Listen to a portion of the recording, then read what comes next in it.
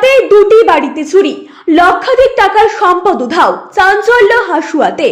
শুক্রবার গভীর রাতে উত্তর দিনাজপুরের ইটাহার থানার অন্তর্গত দুর্গাপুর অঞ্চলের হাসুয়াতে চুরির ঘটনায় ব্যাপক চাঞ্চল্য ছড়িয়েছে। একই রাতে দুটি বাড়িতে পরপর চুরির ঘটনায় রীতিমতো চাঞ্চল্য ছড়িয়েছে। চোরেরা লক্ষাধিক টাকার সম্পদ নিয়ে পালিয়েছে বলে অভিযোগ।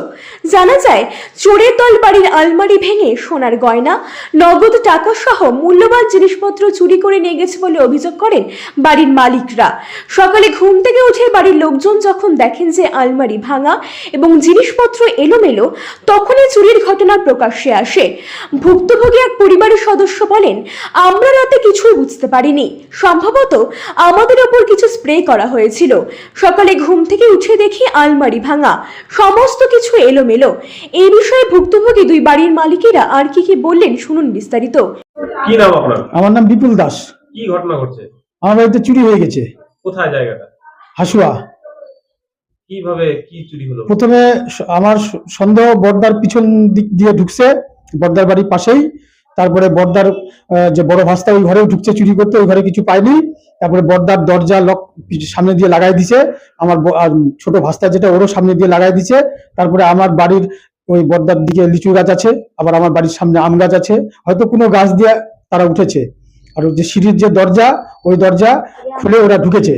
আর হয়তো এমনও হতে পারে যে দরজাটা আমরা হয়তো লাগাতে ভুলে গেছি। তারপর ওই দিক দিয়ে ঢুকে আমার ঘরে ঢুকে আমার ঘরের যে শোকেসের ওগুলা সব খুলে আমাদের সোনা গয়না এবং আমি যে এলআইসির কাজ করি, আমার এলআইসির যে টাকা পয়সা আর সেই টাকা পয়সা সব নিয়ে মোটামুটি আনুমানিক 2.5 লাখের উপর, প্রায় 3 লাখের মতো আমাদের আর সব হারিয়ে গেল আর কি বলতে গেলে। আমরা এতে খুব এটা আমরা যেহেতু আমি তো 11টার দিকে ঘুমাইছি, সবাই মিলে কীর্তন, আমি তো কীর্তনে যাইনি, খালি ভোগ দিয়ে চলে এসেছি, আর বাকিরা গেছিল, বাড়িতেই ছিলাম সারাক্ষণ। আর আমি যখন ভোগ দিতে গেলাম তখন ভাগ্নি আর আমার বেটা ছিল বাড়িতে, এই জন্য আমি সারাক্ষণ বাড়িতে আছি। আমরা 11টার দিকে ঘুমাইছি, ওই যে ঘুমাইছি, আর যখন আমার জাগনা পাই তখন দেখি যে ভোর কীর্তনটা শুরু হয়েছে আর কি। তখন আমরা উঠলাম, বউ উঠলো, উঠে দেখে যে আমাদের সব খোলা। তারপরে আমরা কান্নাকাটি করা শুরু করে দিই। বাড়িতে আমার বউ, আমি, আমার বেটি, আমার ভাগ্নি আর আমার বেটা। ছাদে যাই, ছাদে দেখি যে ওই দরজা খোলা, আর দেখি আমার ছাদের দুপাশে যত সব আমাদের জিনিসপত্র নিয়ে গিয়ে ওরা ফেলে রেখে দিয়ে গেছে, আর ওর ভিতরে যা যা ছিল সব নিয়ে চলে গেছে। পরে পেশায় কি করে? আমি পেশায় তো কৃষক, তার সাথে এলআইসির একজন এজেন্ট। এমনি কি কি মনে হচ্ছে কে করতে পারে? আমি তো সঠিক বলতে পারছি না, যতদূর সম্ভব এগুলা এখন কিছু হয়তো স্থানীয় থাকতে পারে, না হলে যারা হয়তো ঘুরে বেড়ায় পাতাখোর, তারাও হয়তো করতে পারে, কোন চোরের সংগঠন তারা থাকতে পারে, গ্যাং থাকতে পারে, তারাও হয়তো। অভিযোগ করেছেন? না, আমি তো লিখে পকেটে রেখেছি, যাচ্ছিলাম রাস্তায়, আর আমাদের যে মেম্বার সে ঘুমাচ্ছিল, বললো যে তাহলে অন্য একজনকে নিয়ে যায়। আমি যাচ্ছিলাম, তো তখন খবর পেলাম যে পাশে আরেক বাড়িতে চুরি হয়েছে, তখন দৌড়ে ওই বাড়িতে আবার দেখতে যাই যে তাহলে একসাথে চুরি হয়েছে। হ্যাঁ, হতে পারে ওই বাড়িতেও চুরি হয়েছে, আজকেই চুরি হয়েছে রাত্রেই। তো ওই জন্য ভাবলাম যে ওরা আর আমরা একসাথে হয়তো থানায় লিখতে যাবো, নাহলে বলতে যাবো, যা হয়। ততক্ষণে দেখলাম ওই বাড়ির কেউ। অভিযোগ জানাবেন? হ্যাঁ, জানাবো, অবশ্যই জানাবো। কিন্তু তারপর ওই বাড়ি থেকে শুনলাম যে আমরা থানায় ফোন করেছি। এই ধরনের ঘটনা ঘটছে? না, আমার জীবনে আর কোনোদিন আমার বাড়িতে চুরি হয়নি, এই প্রথম চুরি হলো। এমনি সন্দেহজনক ভাবে কাউকে দেখা গেছে? সন্দেহজনক ভাবে তো আমি সঠিক বলতে পারবো না, কিন্তু রাত্রেবেলা, অন্যদিন রাত্রে কুকুর ডাকে, মানে চোর কিন্তু ঘোরাঘুরি করে, এটা অনুমান করা যায় যে চোর এসেছিল। কারণ হঠাৎ করে এত কুকুর একসাথে জেগে উঠবে কেন, এটা মাঝে মাঝে বুঝতাম আর কি। কিন্তু এখন এই কীর্তনের অনেক মাইকের শব্দ, এই শব্দে আমরা তো বুঝতেই পারিনি কিছু, আর আমরা ঘুমাই গেছি, এতভাবে ঘুমাইছি যে আমরা টের পাইনি। হয়তো তারা কিছু ব্যবহার করেছে, এটাও হতে পারে, এরকমও হতে পারে। হ্যাঁ, তো তারপরে ওই বাড়িতে চুরি হয়েছে, তো ভাবলাম একসাথে আমরা থানায় গিয়ে এফআইআরটা দিয়ে আসবো। আমাদের পুলিশ বাবু এসেছিলেন, আপনারাও এসছেন, তো তাতে সব দেখে নিয়ে গেলেন। অফিসার বাবু বললেন যে ঠিক আছে, লিখিত তুমি থানায় গিয়ে দিয়ে আসো। হ্যাঁ, আমার নাম, আমার বাবার নাম আর মোবাইল নাম্বার লিখে নিয়ে গেল। আপনার নাম কি? আমার নাম বিপুল দাস। কি নাম আপনার? বিশ্বজিৎ দাস। কি হয়েছে ঘটনা? গতকাল আমাদের এখানে পাড়াতে কীর্তন ছিল, বাড়ির সবাই সন্ধ্যাবেলা কীর্তনে গেছিল।